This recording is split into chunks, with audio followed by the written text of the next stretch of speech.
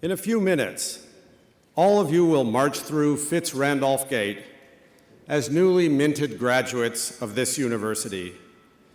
Before you do, it is traditional for the university president to say a few words about the path that lies ahead. This valedictory ritual is at once utterly common and manifestly artificial.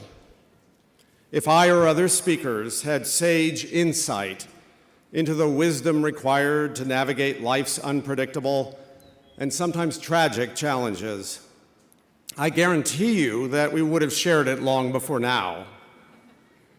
That, I suspect, is one reason why most graduation speeches, with rare and glittering exceptions, are little noted when delivered and quickly forgotten thereafter.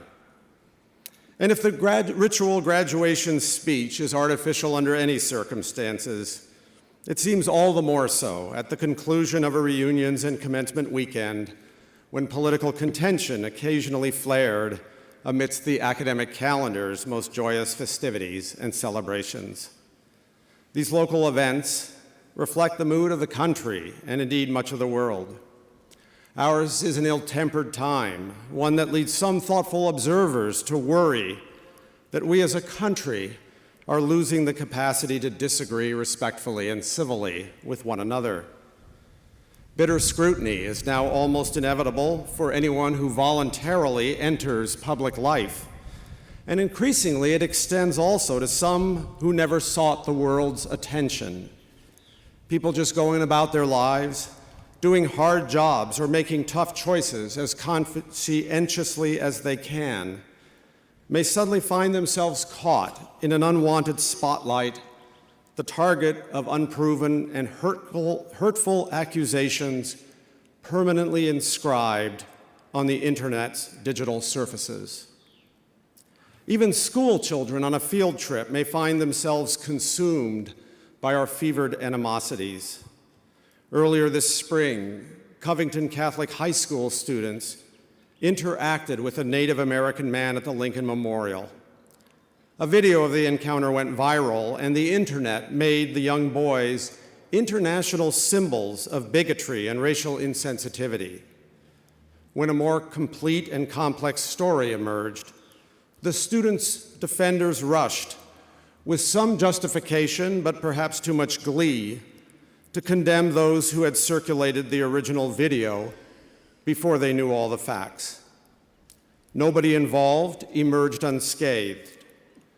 This unhappy chain of events began, ironically, in the shadow of a national monument inscribed with counsel frequently quoted but rarely heeded in our society: with malice toward none, with charity for all.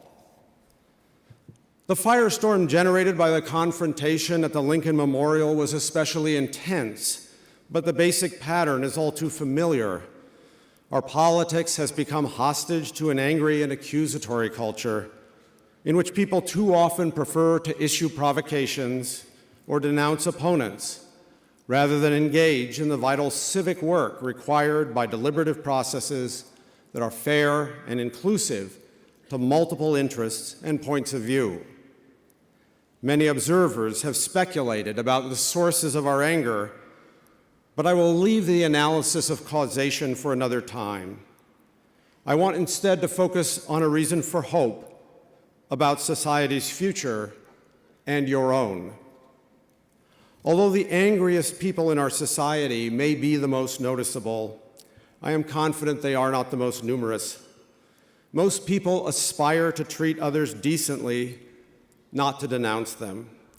I have gotten to know many of you over your time here, and I know that you have the capacity and the values required to engage constructively across even very heated disagreements.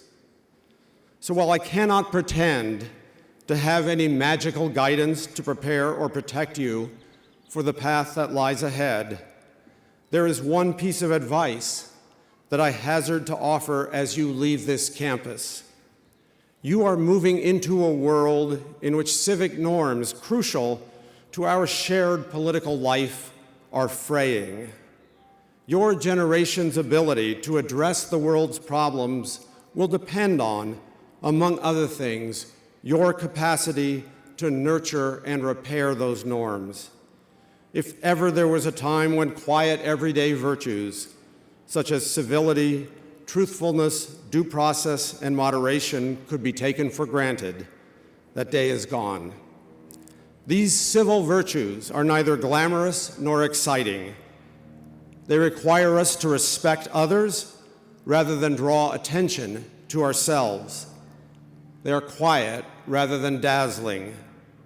Yet quiet though they may be, these virtues are also the indispensable foundation for any democratic society in which people seek to learn from one another and to pursue a common good that unites them across differences. If you want a society that has the capacity to make real and lasting progress on issues of consequence, you will need not only to live those values, but also to speak up bravely on their behalf. Your education at this university, in its classrooms and beyond them, has given you the resources to defend the civil virtues and to provide the service, citizenship, and leadership that our world so needs. I urge you to take up that challenge along with others that await you on the path beyond Fitz-Randolph Gate. As you begin that journey, all of us on this platform wish you well. Whether you receive today a doctoral degree, a master's degree, or an undergraduate degree, we hope that you will return often to Old Nassau and consider this campus one of your homes. We will welcome you then as we cheer you today, wishing you every success as Princeton University's great class of 2019. Congratulations and best wishes.